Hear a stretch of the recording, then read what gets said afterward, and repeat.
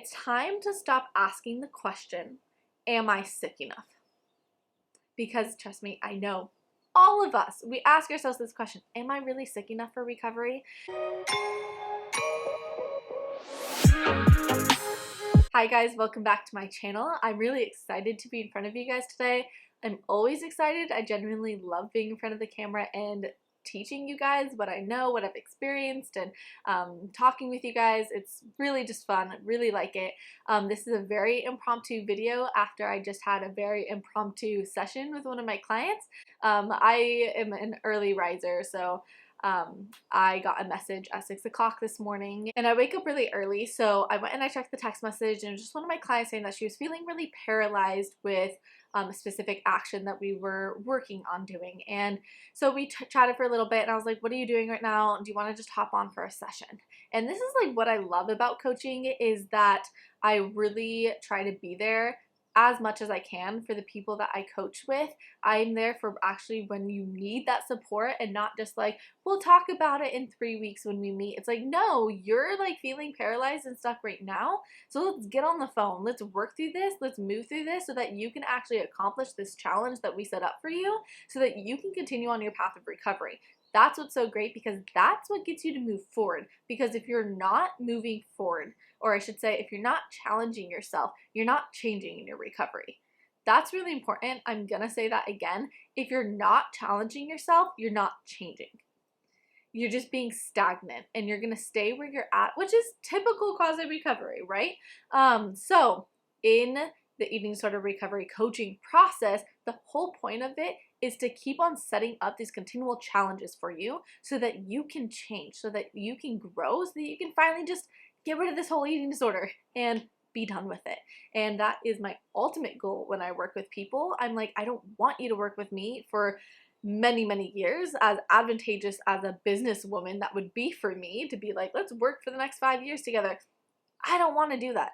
I want you to come to me. I want us to work together and work through a lot of things for a couple months, and then I want you to feel at the end of that you don't need me.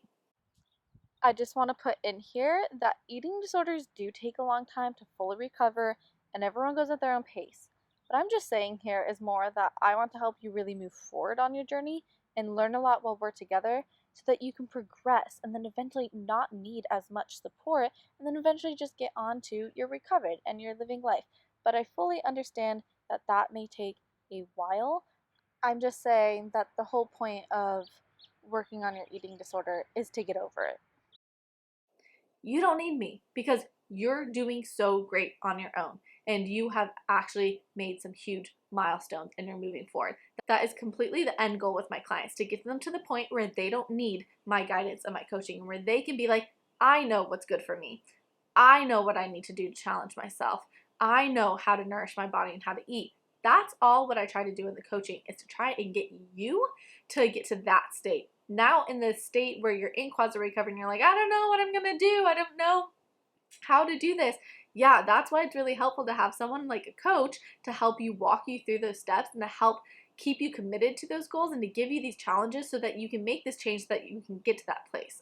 So just as a really helpful experience. This is such a tangent now. Shameless plug. I think coaching is amazing. You can email me if you want to discuss what coaching is and if it would be beneficial for you. If we can add that as an integrated approach into the work that you're doing with a therapist or a doctor or a dietitian, or it can be a standalone thing depending on where you're at. It's different than everything else. It offers a different type of support. Anyways, okay, done with that shameless plug. Now let's get back to what I wanted to talk about. So in the session today, it was a very empowering session. It was very just like, you can do this. You've been living with your eating disorder for so long. You're done. Let's just get over this, and let's stop trying to like meticulously increase calories. Well, if I do 30 calories plus a day, it's like, that's not recovery. You may gain a little bit of weight by doing that, a little bit of weight, but then you're just gonna get to what, 5 pounds heavier, and still be in the same exact mindset, still controlling food, still like super anxious and all of that. And so today was this very empowering session of like, we're done. And it's time to just go full force into recovery and to be committed to it and committed to all that entails. Knowing that the whole point of recovery is for you to gain control back of your life. Because ultimately that's what a lot of us want, right? And that's why we get into our eating disorders, because it's like we got to control everything and all that. But then what ends up happening is the eating disorder ends up controlling us. And now it's like we don't even have a say if we have an apple in the morning. The eating disorder voice controls that. Like, we can't just go and travel because the eating disorder voice says that's not safe. You're gonna run into new things, new foods, and not have your gym. And it is such a dictator. It is such a control freak. And it's totally just taking over your life. And so you went to it one day to feel like you have control in your life. And now you're here and you're like, I don't have any control in my life anymore. So the whole point of recovery is to give you that control back, that you actually have a say about what goes on in your life, about what you want to eat, about what you like to eat, because we all know that the eating disorder voice loves to tell us like, oh, you don't like chocolate. My eating disorder voice told me this for years. You don't like chocolate, Chloe. It's such BS. I've said this before. I freaking love chocolate. I have it every single day, okay? Every single day. Guaranteed. At night, after dinner. I absolutely love it. But, the eating disorder didn't even give me that ability to say I like this or I don't like this, because what I liked as far as like my food choices was so dependent on the nutritional information that I had read on that food. Oh, it was so bonkers. But anyways, so the whole point of recovery is to actually just like give you autonomy and control back into your life. Where am I going with this again? Yes, okay. So we went on to say that it's time to stop asking the question, am I sick enough?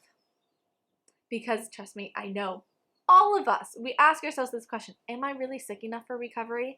Am I really as sick as that person? Do I really deserve recovery? Like, I'm not that bad, am I? Am I sick enough? I can't tell you how many times I thought that to myself. All while it's like I had my hair falling out and no period for 11 years and like awful digestion and not sleeping and night sweats and all these awful things, and then here I am going like, am I actually really that sick enough? It's so stupid. And so we switched the saying in our session. We're like, instead of saying, am I sick enough? It's time to say, I have been sick long enough. I have been sick long enough. You guys, even just a day living with an eating disorder is being sick long enough. And the more and more and more you just allow your eating disorder to take over, your life just gets ruined. And so with her, it was very much like, stop asking this question, are you sick enough? It's time to just recognize that you've been sick for way too long.